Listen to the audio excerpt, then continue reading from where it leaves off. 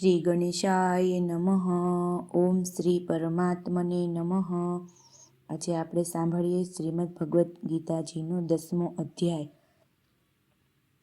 શ્રી ભગવાન બોલ્યા, હે મહાબાહો, હજી ફરીથી પણ મારા પરમ રહસ્યને તેમજ પ્રભાવને જાણનાર વચનને સાંભળ, જેને હું મારામાં અતિશય પ્રેમ ભાવ રાખનાર તને તારા હિતની ઈચ્છાથી કહું છું.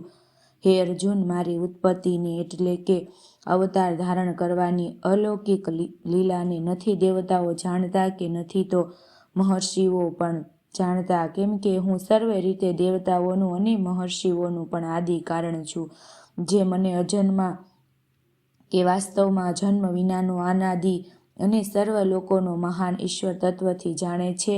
બધા માણસોમાં એ જ્ઞાની માણસ સર્વ પાપોથી છૂટી જાય છે. હે અર્જુન, નિશ્ચય કરવાની શક્તિ અર્થાત જ્ઞાન, અસમૂઢતા, ક્ષમા, સત્ય, ઇન્દ્રિયો વશમાં રાખવી, મનનો નિગ્રહ તેમજ સુખ દુઃખ, ઉત્પત્તિ, પ્રલય અને ભય અભય તથા અહિંસા, સમતા, સંતોષ, તપ, દાન, કીર્તિ અને અપકીર્તિ, પ્રાણીઓના આવા વિવિધ પ્રકારના ભાવો મારાથી જ થાય છે. હે અર્જુન, 7 મહર્ષિજનો, 4 એમની પણ પૂર્વે થયેલા સનક આદિ તથા સ્વયંભૂ આદિ 14 મનુઓ મારામાં ભાવ રાખનાર, આ બધાય મારા સંકલ્પથી જ જન્મેલા છે, જેમની સંસારમાં આ સઘળી પ્રજા છે.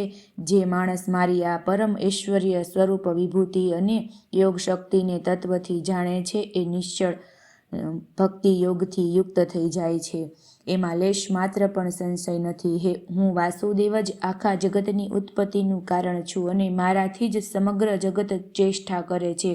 આ પ્રમાણે સમજીને શ્રદ્ધા અને ભક્તિ રાખનાર બુદ્ધિમાન ભક્તો મુજ પરમેશ્વરને જ નિરંતર ભજે છે. જે નિરંતર મારામાં મન પોરવી રાખનાર અને મારામાં જ પ્રાણોને અર્પણ કરી રાખનાર ભક્તજનો મારી ભક્તિની ચર્ચા કર્યા કરે છે. પરસ્પર મારા પ્રભાવને ઓળખાવતા તથા ગુણ અને પ્રભાવ સહિત મારું કથન કરતા જ નિત્ય નિરંતર સંતોષી રહે છે અને મુજ વાસુદેવમાં જ નિરંતર રમ્યા કરે છે. નિરંતર મારા ધ્યાન વગેરેમાં પોરવાયેલો અને પ્રેમથી ભજનાર તે ભક્ત ને હું એવા તત્વજ્ઞાનની રૂપી યોગ આપું છું, જેનાથી એ ભક્તો મને જ પામે. હે અર્જુન, એમાં ઉપર અનુગ્રહ કરવા માટે એમના અંતઃકરણમાં રહેલો હું પોતે જ એમના અજ્ઞાન જનિત અંધકારને ઝળહળતા તત્વજ્ઞાન રૂપી દીપક દ્વારા નષ્ટ કરી દઉં છું. આ રીતે ભગવાનના વચન સાંભળી અર્જુન બોલ્યા, આપ પરમ બ્રહ્મ, પરમ ધામ અને પરમ પવિત્ર છો, કેમ કે આપને સમસ્ત ઋષિજનો, સનાતન દિવ્ય પુરુષ, દેવોના પણ આદિ દેવ, અજન્મા અને સર્વવ્યાપી કહે છે. એવું જ દેવર્ષિ નારદ, અચિત અને દેવલ ઋષિ તથા મહર્ષિ વ્યાસ પણ કહે છે.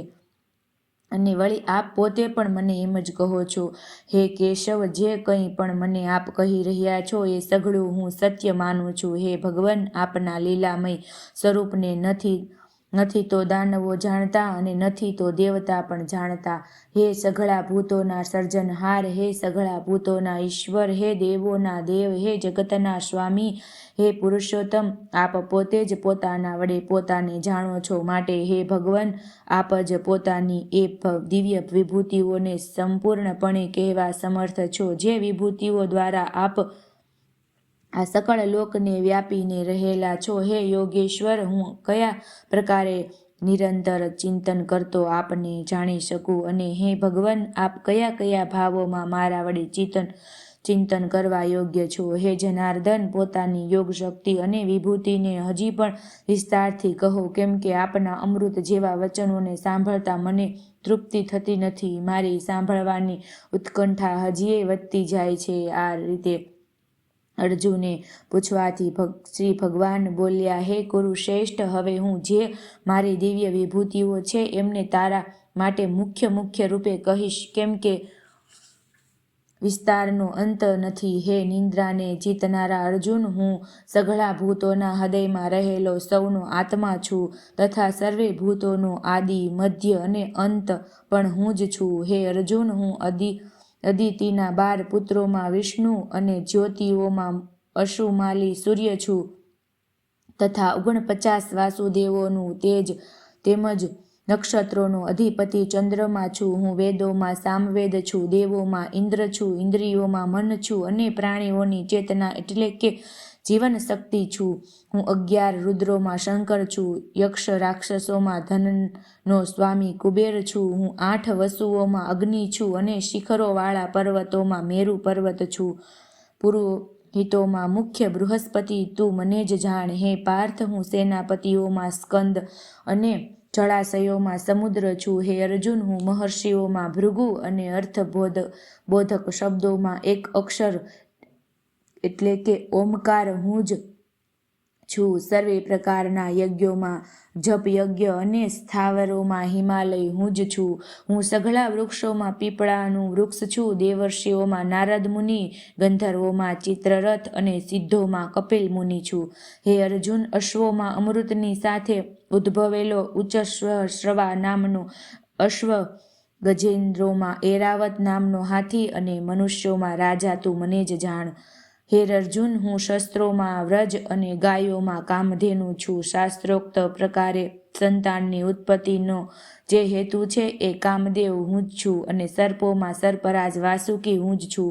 હું નાગોમાં શેષનાગ અને જળચરોનો અધિપતિ વરુણ દેવતા હું જ છું. તેમજ પિતૃઓમાં અયર્મા નામનો પિતૃ તથા શાસન કરનારાઓમાં યમરાજ છું. હે અર્જુન, હું દૈત્યોમાં પ્રહલાદ અને ગણના કરનારાઓનો સમય છું. તેમજ પશુઓમાં મૃગરાજ સિંહ અને પક્ષીઓમાં હું ગરુડ છું. હું પાવન કરનારાઓમાં વાયુ અને શસ્ત્રધારીઓમાં શ્રી રામ છું. તથા માછલીઓમાં મગર છું અને નદીઓમાં શ્રી ભગીરથી ગંગાજી છું. હે અર્જુન, સૃષ્ટિઓનો આદિ અંત અથવા મધ્ય પણ તું હું જ છું. હું વિદ્યાઓમાં આધ્યાત્મ વિદ્યા એટલે કે બ્રહ્મ વિદ્યા અને પરસ્પર વાદ કરનારાઓનો તત્વ નિર્ણયને માટે કરવામાં આવતો વાદ છું. હું અક્ષરોમાં અકાર છું અને સમાસોમાં દ્વંદ નામનો સમાસ છું. અક્ષય કાળ એટલે કે કાળનોય મહાકાળ તથા સર્વે તરફ મુખ ધરાવનાર વિરાટ સ્વરૂપે સૌનું ધારણ પોષણ કરનાર પણ હું જ છું. હે અર્જુન, હું સૌનો અહંકાર કરનાર મૃત્યુ અને ઉત્પન્ન થનારાઓની ઉત્પત્તિનો હેતુ છું. તથા સ્ત્રીઓમાં કીર્તિ, શ્રી, વાક, સ્મૃતિ, મેઘા, ધૃતિ અને ક્ષમા છું. તથા ગાઈ શકાય એવી શ્રુતિઓમાં હું બૃહત નામનો સામ તેમજ છંદોમાં ગાયત્રી છંદ છું. તથા મહિનાઓમાં માગસર અને ઋતુઓમાં વસંત હું જ છું. હે અર્જુન, છળ કરનારાઓમાં જુગાર અને પ્રભાવશાળીઓનો પ્રભાવ હું જ છું. હું જીતનારાઓનો વિજય છું. નિશ્ચય કરનારાઓનો નિશ્ચય અને સાત્વિક માણસોનો સાત્વિક ભાવ હું જ છું. વિષ્ણુ વંશીઓમાં વાસુદેવ એટલે કે હું પોતે તારો સખા, પાંડવોમાં ધનંજય કે તું, મુનિઓમાં વેદવ્યાસ અને કવિઓમાં શુક્રાચાર્ય કવિ પણ હું જ છું. હું દમન કરનારાઓનો દંડ અર્થાત દમન કરનારી શક્તિ છું. વિજય ઈચ્છનારાઓની ગતિ છું. ગુપ્ત રાખવા યોગ્ય ભાવોનું રક્ષણ કરનાર મૌન છું અને જ્ઞાનીજનોનું તત્વજ્ઞાન હું જ છું. હે અર્જુન, જે સમસ્ત ભૂતોની ઉત્પત્તિનું કારણ છે એ પણ હું જ છું. કેમ કે એવું ચર કે અચર કોઈ પણ પ્રાણી નથી જે મારા વિનાનું હોય. હે પરંતપ, મારી દિવ્ય વિભૂતિઓનો અંત નથી. મેં પોતાની વિભૂતિઓનો આ વિસ્તાર તો તારા માટે એક દેશ રૂપે એટલે કે અત્યંત ટૂંકમાં કહ્યો છે. માટે હે અર્જુન, જે પણ વિભૂતિયુક્ત કે ઐશ્વર્ય સંપન્ન, શોભાયુક્ત અને શક્તિયુક્ત પદાર્થ છે એને તું મારા તેજના અંશની અભિવ્યક્તિ જ સમજ. અથવા હે અર્જુન, આ વધારે જાણીને તારે શું કરવું છે? સાર રૂપે સમજી લે કે હું આ આખાય બ્રહ્માંડને પોતાની યોગ શક્તિના એક અંશ માત્રથી ધારણ કરીને સ્થિત છું. શ્રી કૃષ્ણ અને અર્જુનના સંવાદમાં શ્રીમદ ભગવદ્ ગીતા રૂપી ઉપનિષદ અને બ્રહ્મ વિદ્યા તથા યોગશાસ્ત્ર વિષયનો વિભૂતિ યોગ નામનો 10મો અધ્યાય સંપૂર્ણ